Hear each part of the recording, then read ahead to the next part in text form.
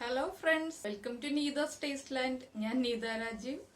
നമുക്കിന്ന് ഉണക്ക ചെമ്മീൻ ചമ്മന്തി ഉണ്ടാക്കിയാലോ. നല്ല ടേസ്റ്റ് ആണ് ഉണക്ക ചെമ്മീന്റെ എല്ലാ ഡിഷുകളും. ഉണക്ക ചെമ്മീൻ വറുത്തതാണെങ്കിലും കഴിക്കാൻ നല്ല ടേസ്റ്റ് ആണ്. ഉണക്ക ചെമ്മീൻ ചമ്മന്തി ആകുമ്പോൾ നമുക്ക് ചോറ് നല്ല ചൂട് ചോറിന്റെ കൂടെയൊക്കെ ചേർത്ത് കഴിക്കാൻ നല്ല കോമ്പിനേഷൻ ആണ്.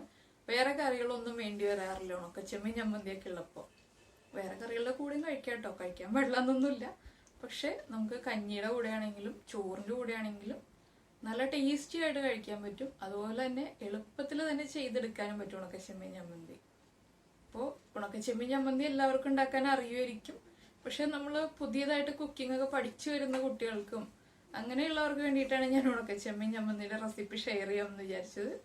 അപ്പോൾ നമുക്ക് എങ്ങനെയാണോ എളുപ്പത്തിൽ തന്നെ നല്ല ടേസ്റ്റി ആയിട്ടുള്ള ഉണക്ക ചെമ്മീൻ ചമ്മന്തി ഉണ്ടാക്കുന്നതെന്ന് നോക്കാം. നമുക്ക് ഉണക്ക ചെമ്മീൻ ചമ്മന്തി ഉണ്ടാക്കാൻ ആവശ്യമായിട്ടുള്ള ഇൻഗ്രീഡിയൻസ് നോക്കാം.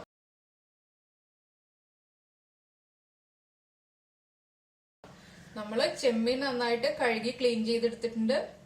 തേങ്ങ ചിരവിയത്, വറ്റൽമുളക്, ഉള്ളി, ഉപ്പ്. ഇതിപ്പോ ഞാനൊരു 1/2 കപ്പ് ചെമ്മീനാണ് എടുത്തിരിക്കുന്നത്. 1/2 കപ്പ് ചെമ്മീൻ നമ്മുടെ മെഷറിംഗ് കപ്പില് നന്നായിട്ട് അമർത്തി അളന്നെടുത്തതാണ്. 1/2 കപ്പ് ചെമ്മീന് 1/4 കപ്പ് തേങ്ങ. നമ്മൾ എത്ര ചെമ്മീൻ എടുക്കുന്നോ അതിന്റെ പകുതി തേങ്ങ എടുക്കുക. പിന്നെ വറ്റൽമുളകിന്റെ എണ്ണ നമ്മുടെ എരിവനുസരിച്ചിട്ട് തീരുമാനിക്കാം. ആദ്യം നമുക്ക് ചെമ്മീനൊന്ന് ഡ്രൈ റോസ്റ്റ് ചെയ്തെടുക്കാം. നമ്മുടെ പാൻ നന്നായിട്ട് ചൂടായിട്ടുണ്ട്. ഇതിലേക്ക് നമുക്ക് കഴുകി ക്ലീൻ ചെയ്ത് വെച്ചിരിക്കുന്ന പ്രോൺസ് ആഡ് ചെയ്യാം. ഒരു 2-3 പ്രാവശ്യമെങ്കിലും നന്നായിട്ട് കഴുകിയിട്ട് യൂസ് ചെയ്യണം ചെമ്മീൻ യൂസ് ചെയ്യുമ്പോൾ. എന്താണെന്ന് വെച്ചാൽ നമ്മൾ വാങ്ങിക്കുന്ന ചെമ്മീനാണെങ്കിൽ അതില് കൂടുതലായിട്ട് മണ്ണും പൊടിയൊക്കെ ഉണ്ടാവും. അപ്പൊ അത് നന്നായിട്ട് കഴുകിയാൽ മാത്രമേ പോവുള്ളൂ.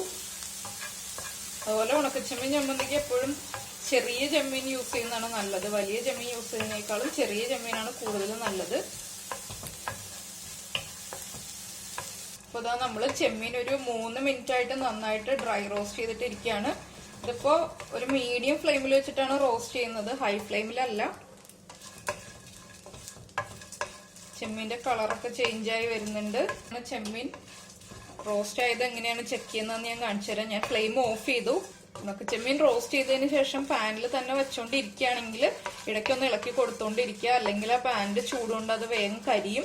അപ്പൊ കരിഞ്ഞു പോകാതിരിക്കാൻ വേണ്ടിയിട്ട് ഒന്നില്ലെങ്കിൽ നമ്മൾ വേറൊരു പാത്രത്തിലേക്ക് മാറ്റുക, അല്ലെങ്കിൽ ആ പാനിൽ തന്നെയാണ് വെക്കണമെങ്കിൽ ഒന്ന് ഇളക്കി കൊടുത്തോണ്ടിരിക്കുക ഇടയ്ക്കിടയ്ക്ക്. അപ്പൊ ഞാൻ എന്താ ഇളക്കുമ്പോൾ ഒരു സൗണ്ട് കേൾക്കുന്നില്ലേ? ഈ സൗണ്ടാണ് നമ്മൾ ഉണക്കച്ചെമ്മീൻ കറക്റ്റ് ആയിട്ട് കുക്ക് ആയിട്ടുണ്ടെന്നുള്ളത് നമുക്ക് അറിയാൻ പറ്റുന്നത്. ഇതുണ്ടോ, ഇതുപോലെ പൊടിഞ്ഞു വരും നമ്മുടെ ചെമ്മീൻ. ഇപ്പൊ നമുക്കിത് ഒരു മിക്സിയുടെ ജാറിലേക്ക് മാറ്റാം. നമ്മൾ കല്ലിലാണ് ചമ്മന്തി അരയ്ക്കുന്നതെങ്കിൽ നമ്മൾ മിക്സിയുടെ ജാറിലേക്ക് മാറ്റേണ്ട, ഡയറക്റ്റ് കല്ലിലേക്ക് വെച്ചിട്ട് ചമ്മന്തി അരച്ചെടുത്താൽ മതി. ഇതിപ്പോ ഞാൻ മിക്സിയുടെ ജാറിലാണ് അരയ്ക്കുന്നത്.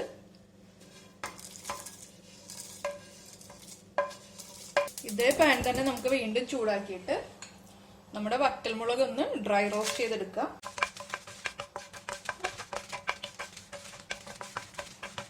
വറ്റൽമുളകിന്റെ കളർ ഒന്ന് ചേഞ്ച് ആയി വന്നാൽ മതി. ചെറുതായിട്ടൊന്ന് കളർ ചേഞ്ച് ആവുമ്പോൾ തന്നെ നമുക്ക് ഫ്ലെയിം ഓഫ് ചെയ്യാം, അല്ലെങ്കിൽ വേഗം കരിയും.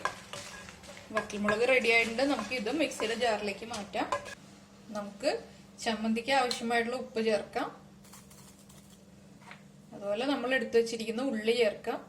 ഉള്ളിയുടെ കളർ നമ്മുടെ ഇഷ്ടത്തിന് തീരുമാനിക്കാം കേട്ടോ. പിന്നെ ചിരവി വെച്ചിരിക്കുന്ന തേങ്ങ. ഇനി ഇതെല്ലാം ചേർത്തിട്ട് നമുക്ക് നന്നായിട്ട് അരച്ചെടുത്തിട്ട് വരാം. നമ്മളിപ്പോ മിക്സിയിൽ ഒന്ന് ക്രഷ് ചെയ്തെടുത്തതിന് ശേഷം നമ്മുടെ ചമ്മന്തി അരകല്ലിൽ വെച്ചിട്ട് അരച്ചെടുക്കുകയാണ് ചെയ്തത്. നമ്മളിപ്പോ കല്ലിൽ ഇതുപോലെ അരച്ചെടുത്താൽ മാത്രമേ ഈ ഒരു ടെക്സ്ചർ, നമ്മുടെ ചമ്മന്തിയുടെ കറക്റ്റ് ടെക്സ്ചറും കിട്ടുള്ളൂ.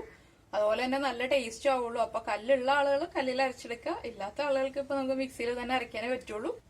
ഇനി നമുക്ക് ചമ്മന്തി എടുത്തിട്ട് ഒരു ബൗളിലേക്ക് മാറ്റാം.